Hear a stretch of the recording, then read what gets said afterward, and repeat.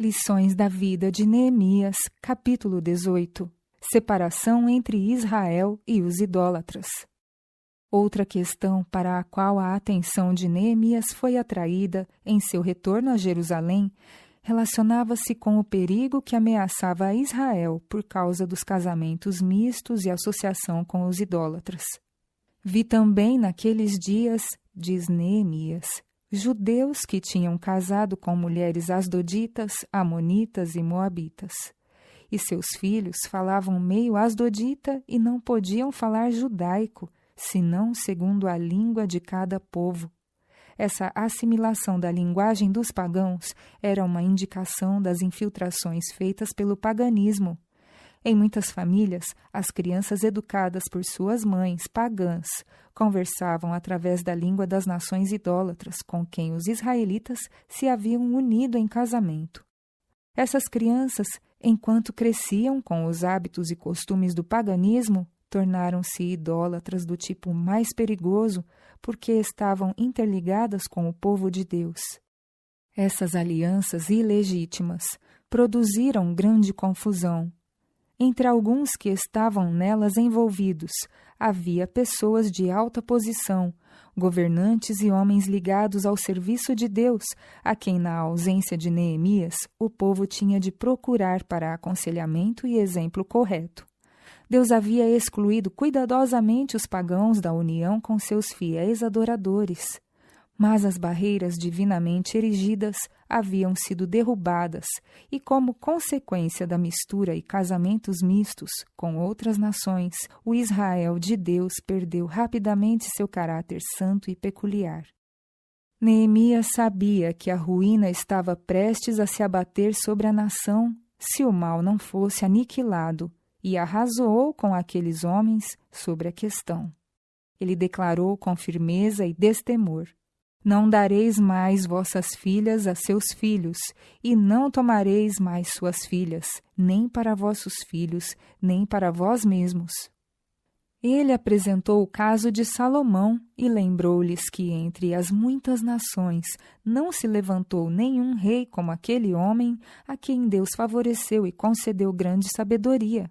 Mas as mulheres idólatras com quem ele ligou sua casa mediante o casamento desviaram seu coração de Deus, e seu exemplo teve uma influência corruptora sobre todo o Israel.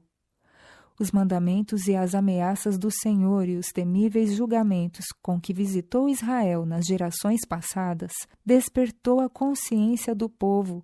Os mais fortes e caros laços que os ligavam aos idólatras foram rompidos.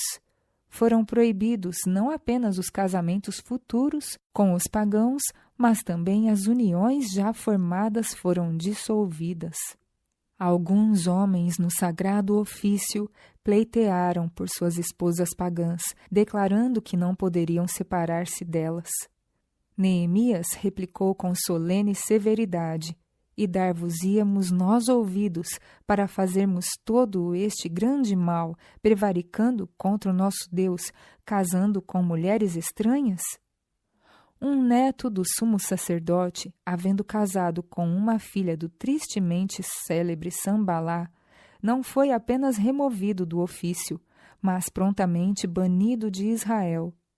Lembra-te deles, Deus meu, Neemias orou, pois contaminaram o sacerdócio, como também o concerto do sacerdócio e dos levitas. E acrescentou: Assim os limpei de todos os estranhos e designei os cargos dos sacerdotes e dos levitas, cada um na sua obra. Mas nenhuma distinção foi feita, nenhuma consideração foi mostrada por classe ou categoria. Quem quer entre os sacerdotes ou chefes que recusasse cortar sua relação com idólatras era imediatamente separado do serviço do Senhor. Quanta angústia essa necessária severidade custou ao fiel obreiro de Deus, somente o juízo revelará.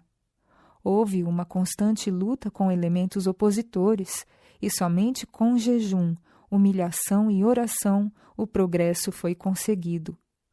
Muitos que tinham casado com idólatras escolheram acompanhá-los ao exílio, e a estes, juntamente com os que tinham sido expulsos da congregação, uniram-se os samaritanos, um povo que havia misturado seu culto idólatra com muitos dos costumes dos judeus.